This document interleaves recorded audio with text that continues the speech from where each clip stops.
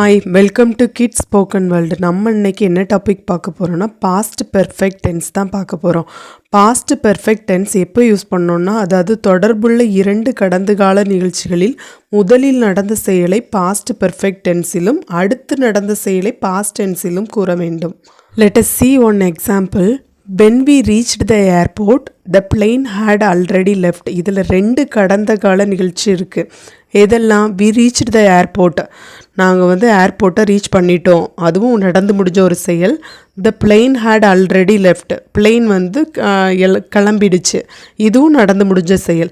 அப்போ ரெண்டு நடந்து முடிஞ்ச செயல் இருக்குது. இதில் எது ஃபஸ்ட்டு நடந்திருக்கோ அதுக்கு நம்ம பாஸ்ட் பெர்ஃபெக்ட் டென்ஸ் யூஸ் பண்ணணும். இப்போ இங்கே பாருங்கள், வென்னுன்னா பொழுது அப்படின்னு அர்த்தம். அதாவது when we reached the airport, நாங்கள் ஏர்போர்ட்டை ரீச் பண்ணின பொழுது the plane had already left. அப்போ எது ஃபஸ்ட்டு நடந்திருக்கு? அந்த பிளெயின் ஃபஸ்ட்டு போயிடுச்சு.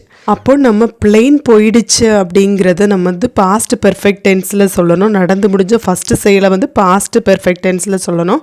இன்னொரு நடந்து முடிஞ்ச செயல் இருக்குல்ல, அதை நம்ம பாஸ்ட் டென்ஸில் சொல்லணும், அதாவது சிம்பிள் பாஸ்ட் டென்ஸில் சொல்லணும். இப்போ நம்ம பாஸ்ட் பெர்ஃபெக்ட் டென்ஸ் எப்படி ஃபார்ம் பண்ணோன்னு பார்க்கலாம். Subject plus had plus V3, அதாவது பாஸ்ட் பார்ட்டிசிபிள் நம்ம யூஸ் பண்ணணும்.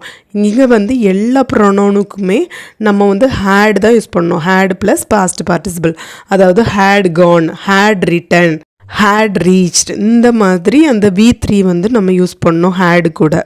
Here you see the examples.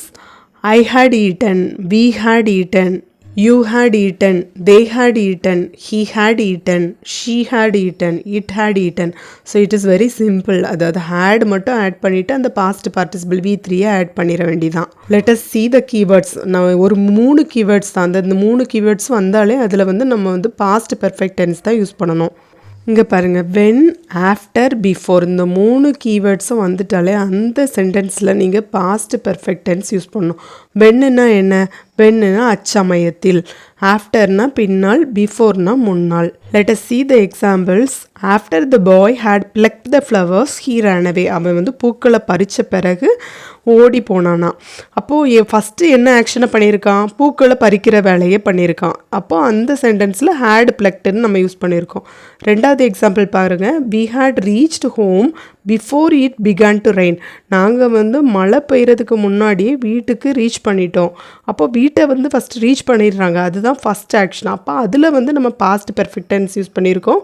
ரெண்டாவது நடந்த ஒரு செயலுக்கு நம்ம சிம்பிள் பாஸ்ட் யூஸ் பண்ணியிருக்கோம். So can you understand? You see another example. The patient died before the doctor came. அப்போ டாக்டர் வரதுக்கு முன்னாடியே the patient die. அப்போ நமக்கு புரிஞ்சிக்க முடியுது, டாக்டர் வரதுக்கு முன்னாடியே பேஷண்ட் இறந்து போயிட்டான். அப்போது பேஷண்ட் இறக்குறது தான் முதல்ல நடந்த ஒரு இன்சிடெண்ட். அப்போது அதில் நம்ம பாஸ்ட் பெர்ஃபெக்ட் டென்ஸ் யூஸ் பண்ணணும். நமக்கு தெரியும் எப்படி யூஸ் பண்ணணுன்ட்டு. பாஸ்ட் பெர்ஃபெக்ட் டென்ஸ் எப்படி யூஸ் பண்ணணும்? Had plus V3. You have to find out the answer.